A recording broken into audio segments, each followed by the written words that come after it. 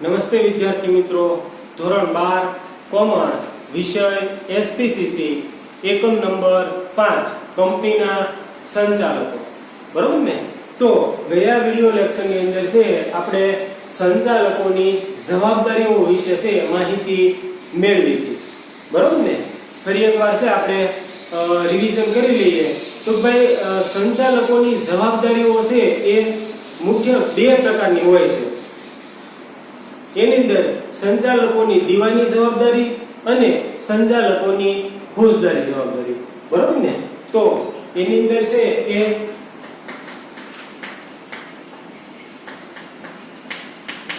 સંચાલકોની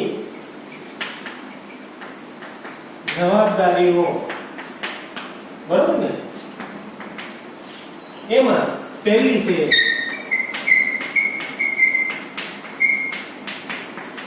સંચાલકોની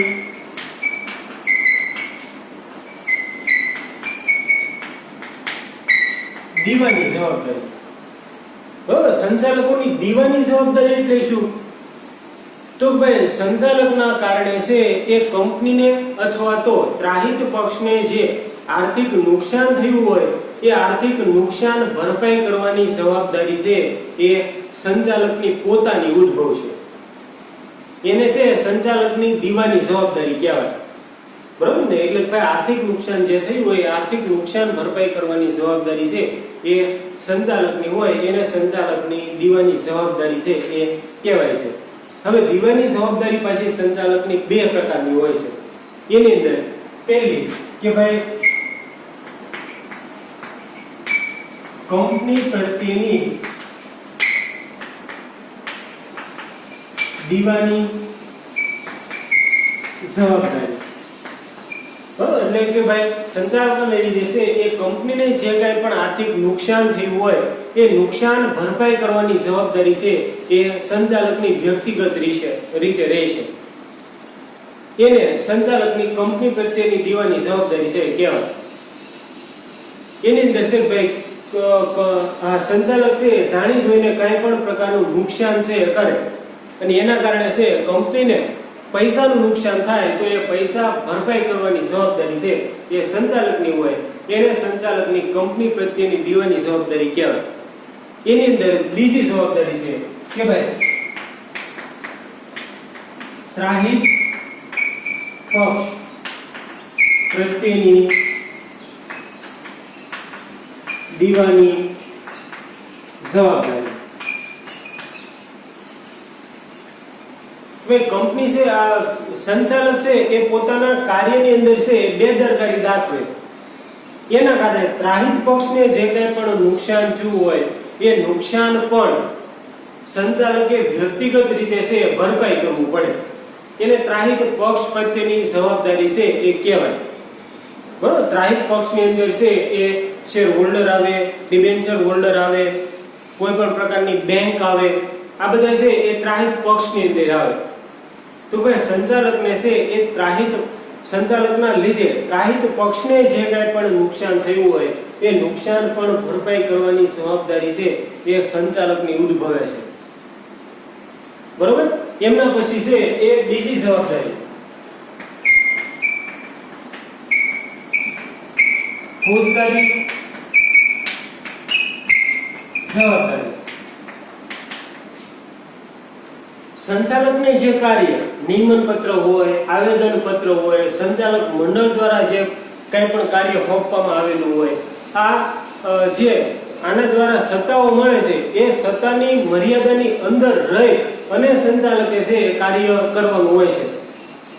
પણ એને જે સત્તાઓ મળેલી છે એ સત્તા ઉપરાંત એટલે કે ભાઈ સત્તા બહારના કાર્યો કરે એના કારણે કંપની અથવા તો ત્રાહિત પક્ષને જે કાંઈ પણ નુકસાન થયું હોય તો સંચાલકની છે એ ફોજદારી જવાબદારી ઉદ્ભવે.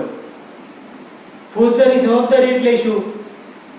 તો ભાઈ ફોજદારી જવાબદારીની અંદર છે એ સંચાલકને દંડ અથવા તો સજા અથવા તો બે પ્રકારની સજા, ભાઈ દંડે ભરવો પડે અને જેલે થાય.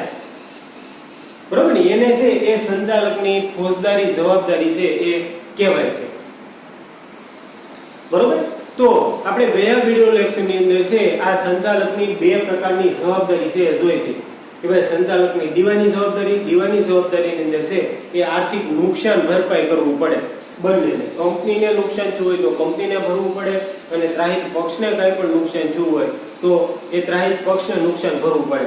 પણ મર્યાદા એ છે જો સંચાલકે છે એ શુભ નિષ્ઠાથી કાર્ય કર્યું હોય, પ્રામાણિકતાથી કાર્ય કર્યું હોય અને કંપની કે ત્રાહિત પક્ષને નુકસાન થયું હોય તો એ નુકસાન છે એ સંચાલકોએ ભરવું પડે નહીં, તો કંપની જવાબદાર ઠરશે. જો સંચાલકે શુભ નિષ્ઠાથી કાર્ય કર્યું હોય તો બરોબર. એ જ રીતે ફોજદારી જવાબદારી છે. ફોજદારી જવાબદારીની અંદર છે એ દંડ ભરવો પડે અથવા તો જે જેલની સજા થાય છે એ જેલની સજા છે એ ભોગવવી પડે.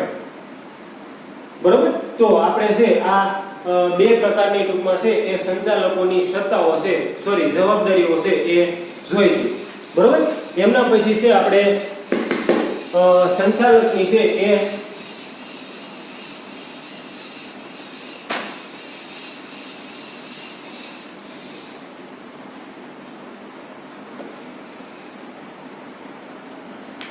મેનેજિંગ ડિરેક્ટરની કંપની ધારા અંગેની જોગવાઈઓ એ મુદ્દો આવશે. બરોબર ને? મેનેજિંગ ડિરેક્ટરની કંપની ધારા અંગેની જોગવાઈઓ. બરોબર ને? હવે પછીનો આપણો છે આ મુદ્દો આવશે કે ભાઈ મેનેજિંગ ડિરેક્ટરની કંપની ધારાઓ અંગેની જોગવાઈઓ. તો ભાઈ એની અંદર શું આવશે કે ભાઈ કંપની ધારા પ્રમાણે છે એ સંચાલકની નિમણૂક કઈ રીતે કરી શકાય.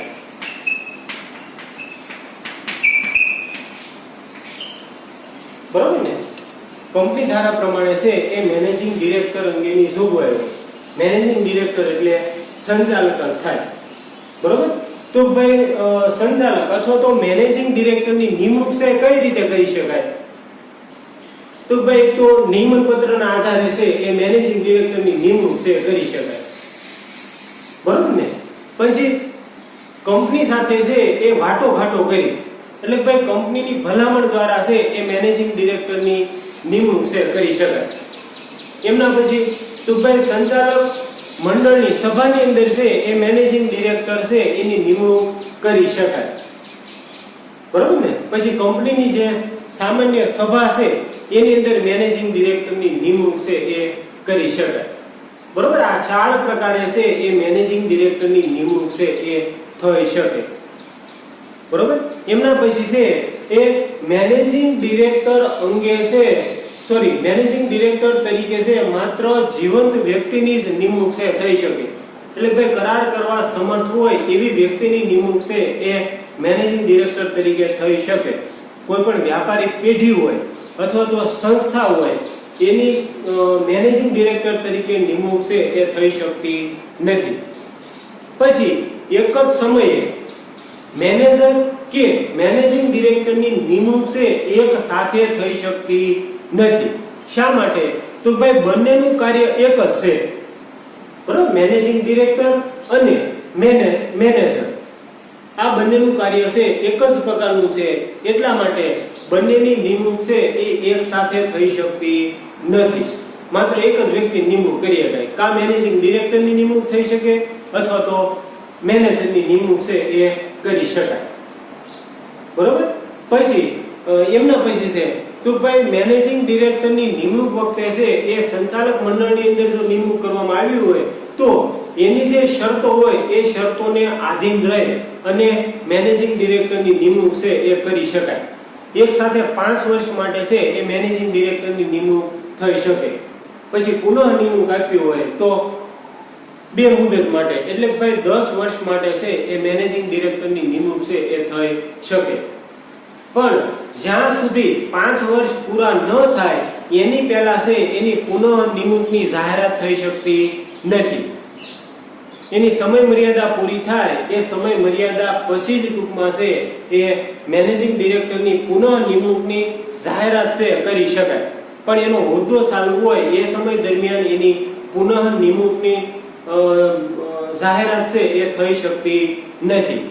નિયમન પત્રને આધીન રહીને પછી ટૂંકમાં છે એ મેનેજિંગ ડિરેક્ટરની નિમણૂક છે એ થઈ શકે. બરોબર? તો આ છે એ મેનેજિંગ ડિરેક્ટરની નિમણૂક અંગેની કંપની ધારાની જોગવાઈઓ છે. બરોબર? એમના પછી છે એ પછીનો મુદ્દો છે કે ભાઈ સંચાલકોની લાયકાતો અને ગેરલાયકાતો. એના પછીનો મુદ્દો છે. બરોબર? તો સંચાલકોની લાયકાત કઈ? તો ભાઈ કંપની ધારાની અંદર છે એ સંચાલકની કોઈ પણ પ્રકારની લાયકાત છે એ દર્શાવેલી નથી. પણ સામાન્ય રીતે એવું કહી શકાય કે ભાઈ કંપની છે એ જે ક્ષેત્રની અંદર ધંધો કરતી હોય એ ક્ષેત્રનું પૂરેપૂરું જ્ઞાન છે એ સંચાલકની અંદર હોવું જોઈએ. બરોબર? એની અંદર નિષ્ણાંત હોવો જોઈએ, વિચાર શક્તિ હોવી જોઈએ. બરોબર ને? પોતે ત્વરિત નિર્ણય લઈ શકતો હોવો જોઈએ. એટલે ભાઈ વિષમ પરિસ્થિતિ કંપનીની અંદર ઉદ્ભવી તો ઝડપી નિર્ણય શક્તિ છે એ સંચાલકની અંદર હોવી જોઈએ. આ સામાન્ય રીતે છે એ સંચાલકોની લાયકાતો છે. બાકી સંચાલકોની લાયકાતો છે એ દર્શાવેલી નથી કંપની ધારાની અંદર. પછી છે એમની ગેરલાયકાતો. તો ગેરલાયકાતોની અંદર છે એ થોડી ઘણી કંપની ધારાની અંદર ગેરલાયકાતો છે દર્શાવેલી છે. તો ભાઈ ગેરલાયકાતો કઈ કઈ? તો ભાઈ સંચાલકોની છે અહીંયા લખું છું ગેરલાયકાતો.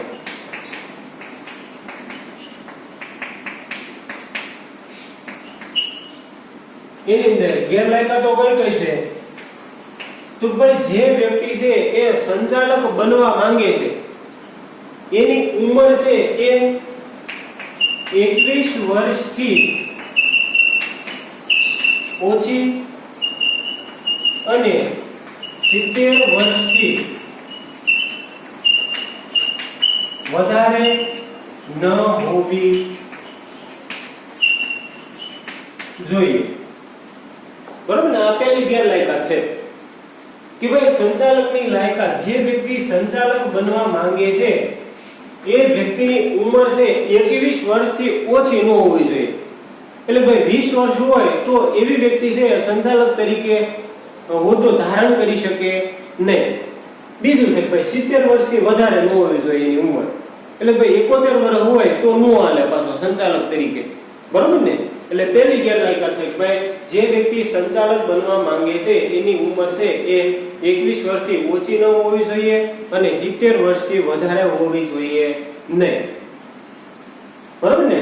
પછી તો ભાઈ અદાલત દ્વારા છે એને નાદાર જાહેર કરેલ ન હોવો જોઈએ.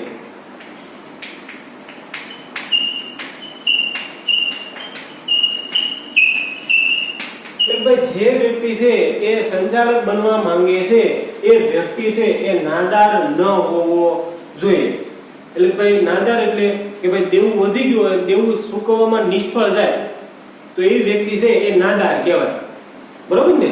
એટલે ભાઈ સંચાલક બનવા માંગે છે એ વ્યક્તિ નાદાર જાહેર થયેલ હોવો જોઈએ નહીં. એના પછીની ગેરલાયકાત છે કે ભાઈ એની ઉપર જે કાંઈ પણ પ્રકારનું દેવું હોય એ દેવું ચૂકવી દીધેલું હોવું જોઈએ. બરોબર ને? એટલે દેવું ચૂકવવામાં નિષ્ફળ ગયેલું હોય એવી વ્યક્તિ છે એ સંચાલક તરીકે રહી શકે નહીં. એમના પછીની ટૂંકમાં ગેરલાયકાત છે તો ભાઈ જે ભારતની અંદર પ્રવર્તમાન કાયદાઓ છે એ કાયદાઓની અંદર કોઈ પણ કાયદાની અંદર છે એને સજા થયેલી હોવી જોઈએ નહીં. એટલે ભાઈ 6 માસ કરતા વધારે જેને સજા થયેલી હોય એવી વ્યક્તિ છે એ સંચાલક તરીકે રહી શકે નહીં. બરોબર? આ છે એ સંચાલકની ગેરલાયકાતો છે. 4 ગેરલાયકાતો છે. એક તો ભાઈ જે વ્યક્તિ સંચાલક રહેવા માંગે છે એની ઉંમર 21 વર્ષથી ઓછી ન હોવી જોઈએ અને 70 વર્ષથી વધારે ન હોવી જોઈએ. એમના પછી ભાઈ નાદાર ન હોવું જોઈએ. પછીની ટૂંકમાં ગેરલાયકાત છે ભાઈ એને જે દેવું હોય એ દેવું ચૂકવી દીધેલું હોવું જોઈએ. જો ચૂકવેલું ન હોય તો એવી વ્યક્તિ પણ સંચાલક તરીકે રહી શકે નહીં. એમના પછી છે કે ભાઈ ભારતની અંદર જે પ્રવર્તમાન કાયદાઓ છે, બરોબર ને, આઈપીસી કલમો છે, આ છે તે છે, એની અંદર સજા છે એ થયેલી હોવી જોઈએ નહીં.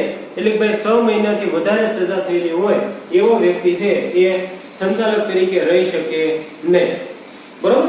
તો અહીંયા આપણે છે એ આ મુદ્દાઓ છે એમની પાઠ્યપુસ્તકમાંથી છે એ વિસ્તૃત રીતે માહિતી મેળવીએ.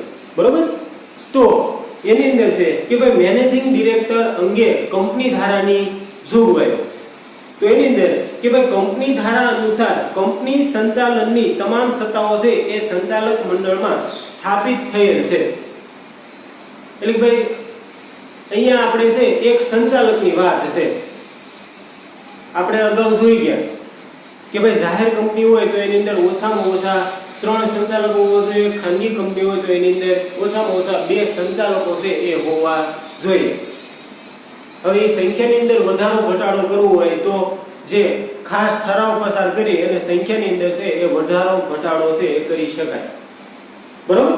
એમના પછી છે કે ભાઈ સંચાલક મંડળ કંપનીમાં દરરોજ આવી શકે નહીં. એટલે કે અમુક સંચાલકો એવા હોય કે ભાઈ દરરોજ છે એ કંપનીની અંદર આવી શકતા નથી. તો એના માટે એક એવી નિશ્ચિત વ્યક્તિની નિમણૂક કરવામાં આવે. પૂર્ણ સમયનો સંચાલક હોય એવા વ્યક્તિની. એટલે ભાઈ મેનેજિંગ ડિરેક્ટર અથવા તો મેનેજર, આ બે છે એ પૂર્ણ સમયના સંચાલકો છે એ કહેવાય છે. તેઓ જુદા જુદા શહેરમાં રહેતા હોવાથી રોજબરોજના પ્રશ્નો તરફ છે એ ધ્યાન આપી શકે નહીં. રોજબરોજના કામોના નિકાલ માટે અને સંચાલન માટે છે એ મેનેજિંગ ડિરેક્ટર અથવા મેનેજર છે એ હોઈ શકે. આમ મેનેજિંગ ડિરેક્ટર કંપનીનો રોજબરોજનો વહીવટ છે એ સંભાળે છે.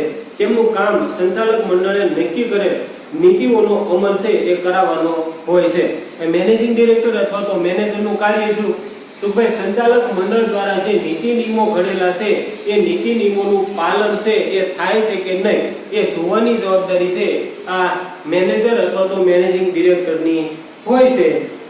કંપની ધારા મુજબ મેનેજિંગ ડિરેક્ટર ચાવીરૂપ સંચાલકીય વ્યક્તિ KMP કી મેનેજરિયલ પર્સનલ પૂર્ણ સમયના કર્મચારી તરીકે ઓળખાય છે. જે અંગે કંપની ધારાની નીચે પ્રમાણે જોગવાઈ છે. બરોબર ને? મેનેજિંગ ડિરેક્ટરની કંપની ધારાની જોગવાઈઓ છે એ નીચે પ્રમાણે આપેલી છે. એની અંદર પહેલી જોગવાઈ છે કે ભાઈ મેનેજિંગ ડિરેક્ટરની નિમણૂક. તો ભાઈ મેનેજિંગ ડિરેક્ટરની નિમણૂક છે એ નિયમનપત્ર અનુસાર કરી શકાય, કંપની સાથે સમજૂતીથી કરી શકાય, બોર્ડ ઓફ ડિરેક્ટરની સભામાં કરી શકાય અને કંપનીની સામાન્ય સભામાં પણ કરી શકાય. બરોબર ને? એટલે મેનેજિંગ ડિરેક્ટરની નિમણૂક છે આ 4 પ્રકારે છે એ થઈ શકે છે. બીજો મુદ્દો છે કે ભાઈ મેનેજિંગ ડિરેક્ટર તરીકે માત્ર વ્યક્તિની નિમણૂક છે એ થઈ શકે છે. કોઈ પણ પેઢીની કે સંસ્થાની નિમણૂક છે એ કરી શકાય નહીં. એમના પછીનો મુદ્દો છે કે કંપની ધારાની જોગવાઈ અનુસાર એક જ સમયે મેનેજિંગ ડિરેક્ટર અને મેનેજરની નિમણૂક છે એ થઈ શકે નહીં. શા માટે? તો ભાઈ બંનેનું કાર્ય મેનેજિંગ ડિરેક્ટર અને મેનેજરનું કાર્ય છે એક સરખું છે.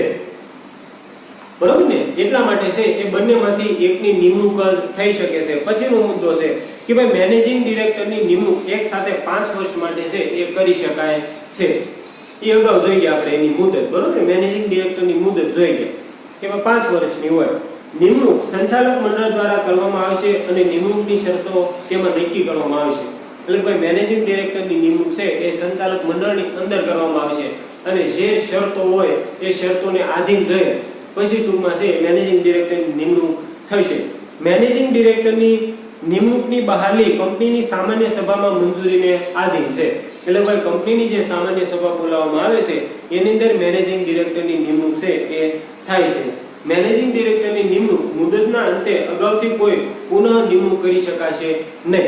એટલે ભાઈ મેનેજિંગ ડિરેક્ટર છે એનો હોદ્દો પૂરો થાય એટલે ભાઈ 5 વર્ષ પૂરા થાય, 5 વર્ષના અંતે જ એની પુનઃ નિમણૂકની જાહેરાત કરી શકાય. અધવચ્ચે છે પુનઃ નિમણૂકની જાહેરાત થઈ શકતી નથી. જણાવેલ શરતોથી અસંગત નિમણૂક કરવામાં આવે તો તે કેન્દ્ર સરકારની મંજૂરી લેવી પડે. એટલે ભાઈ જે શરતો અહીંયા દર્શાવેલી છે એ શરતોની ઉપરવટ જઈ અને મેનેજિંગ ડિરેક્ટરની નિમણૂક કરવી હોય તો કેન્દ્ર સરકારની મંજૂરી લેવી ફરજિયાત છે. એટલે ભાઈ ખાસ ઠરાવ પસાર કરવો ફરજિયાત છે. મેનેજિંગ ડિરેક્ટરની નિમણૂક થયાના 60 દિવસમાં કંપની રજિસ્ટ્રારને જણાવવું પડે. બરોબર ને? એટલે ભાઈ મેનેજિંગ ડિરેક્ટરની નિમણૂક થઈ ગયા પછી 60 દિવસની અંદર છે એ કંપની રજિસ્ટ્રારને જણાવવું પડે કે ભાઈ આ વ્યક્તિ છે એ મેનેજિંગ ડિરેક્ટર તરીકે પદ છે એ ધરાવે છે. અહીંયા જો ફોર્મ MRI દર્શાવેલું છે. આ ફોર્મ MRI આપણે છે ધોરણ 11 ની અંદર આવ્યું હતું. આ ફોર્મ MRI છે એ શા માટે ઉપયોગી છે? તો ભાઈ નિમણૂક માટે ઉપયોગી છે. બરોબર ને? એટલે કે ભાઈ 60 દિવસની અંદર છે એ કંપની રજિસ્ટ્રારને જણાવવું પડે. મેનેજિંગ ડિરેક્ટર વધુમાં વધુ 2 કંપનીમાં ડિરેક્ટર તરીકે છે એ કાર્ય કરી શકે. કાર્ય કરવા માટે છે એ ઠરાવ પસાર કરવો જરૂરી છે. એટલે ભાઈ મેનેજિંગ ડિરેક્ટર હોય એ વધુમાં વધુ 2 કંપનીની અંદર હોદ્દો ધારણ કરી શકે.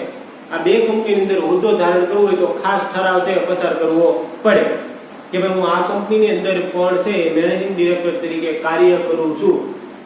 એવો ઠરાવ છે એ ખાસ ઠરાવ પસાર કરવો પડે. ખાસ ઠરાવની અંદર બહારની મળી હોય તો એ 2 કંપનીની અંદર છે એ કાર્ય કરી શકે. નહીંતર એક જ કંપનીની અંદર છે એ મેનેજિંગ ડિરેક્ટર તરીકે પદ છે એ ધારણ કરી શકે. બરોબર? તો આ છે એ મેનેજિંગ ડિરેક્ટર અંગે કંપની ધારાની જોગવાઈ છે. એટલે ભાઈ મેનેજિંગ ડિરેક્ટરની નિમણૂક કરવી હોય તો કયા કયા ટૂંકમાં નિયમોનું પાલન કરવું પડે. બરોબર ને? એની માટેની જોગવાઈઓ કંપની ધારાની આપેલી છે. બરોબર? એમના પછી છે મેનેજિંગ ડિરેક્ટરની લાયકાતો અને ગેરલાયકાતો. તો સામાન્ય રીતે તમને કીધું ભાઈ એની કોઈ ખાસ પ્રકારની લાયકાતો દર્શાવેલી નથી. એની અંદર છે કે ભાઈ મેનેજિંગ ડિરેક્ટરની લાયકાત અંગે છે એ કંપની ધારામાં ચોક્કસ ઉલ્લેખ નથી, પરંતુ સામાન્ય રીતે મેનેજિંગ ડિરેક્ટર તરીકે નિમણૂક પામનારી વ્યક્તિ અનુભવી, કલ્પનાશીલ, જે તે ધંધા અંગે ટેકનિકલ જ્ઞાન ધરાવતો, વિષય નિષ્ણાત, વિષમ પરિસ્થિતિમાં યોગ્ય નિર્ણય લેવાની ક્ષમતા ધરાવતી હોવી જોઈએ. કંપની ધારામાં તેમની ગેરલાયકાતો નીચે મુજબ છે. અહીંયા લાયકાતો આપેલી છે. ભાઈ લાયકાતો કઈ કઈ? તો ભાઈ જે ક્ષેત્રની અંદર કંપની કાર્ય કરતી હોય એનું સંપૂર્ણ જ્ઞાન હોવું જોઈએ, નિષ્ણાત હોવું જોઈએ, વિષમ પરિસ્થિતિમાં છે યોગ્ય નિર્ણય લઈ શકે એવો હોવો જોઈએ. આ છે એની લાયકાત છે. હવે કંપની ધારાની અંદર આ જે ગેરલાયકાતો આપેલી છે એ ગેરલાયકાતો 4 છે. તો એની અંદર જે વ્યક્તિની નિમણૂક મેનેજિંગ ડિરેક્ટર તરીકે થવાની હોય તેમની ઉંમર છે એ 21 વર્ષથી નીચે અને 70 વર્ષથી વધારે ન હોવી જોઈએ. એના પછીની ગેરલાયકાત છે તે વ્યક્તિ છે નાદાર ઠરાવેલ ન હોવો જોઈએ. એના પછી છે નિમણૂક પામનાર વ્યક્તિએ પોતાના લેણદારોને નાણાં ચૂકવેલ ન હોય તો તે નિમણૂક માટે ગેરલાયક ઠરે છે. એટલે કે ભાઈ જે વ્યક્તિ એની પાસે પૈસા માંગતી હોય અને એ નાણાં ન ચૂકવે તો એ વ્યક્તિને છે એ મેનેજિંગ ડિરેક્ટર તરીકે નિમણૂક આપી શકાતી નથી. ચોથી ગેરલાયકાત છે ભારતમાં પ્રવર્તમાન જુદા જુદા કાયદાઓ હેઠળ કોઈ પણ કાયદા અન્વયે આવી વ્યક્તિને અદાલતે ગુનેગાર ઠેરવી હોય અને 6 માસથી વધુ સમય માટે સજા કરેલ હોય તો નિમણૂક માટે ગેરલાયક ઠરે છે. એટલે ભાઈ ભારતની અંદર જે જુદા જુદા કાયદાઓ છે એ કાયદાની અંદર છે એ વ્યક્તિને 6 માસ કે તેથી વધારે સજા થઈ હોય તો એવા વ્યક્તિને છે એ મેનેજિંગ ડિરેક્ટર તરીકે નિમણૂક આપી શકાતી નથી.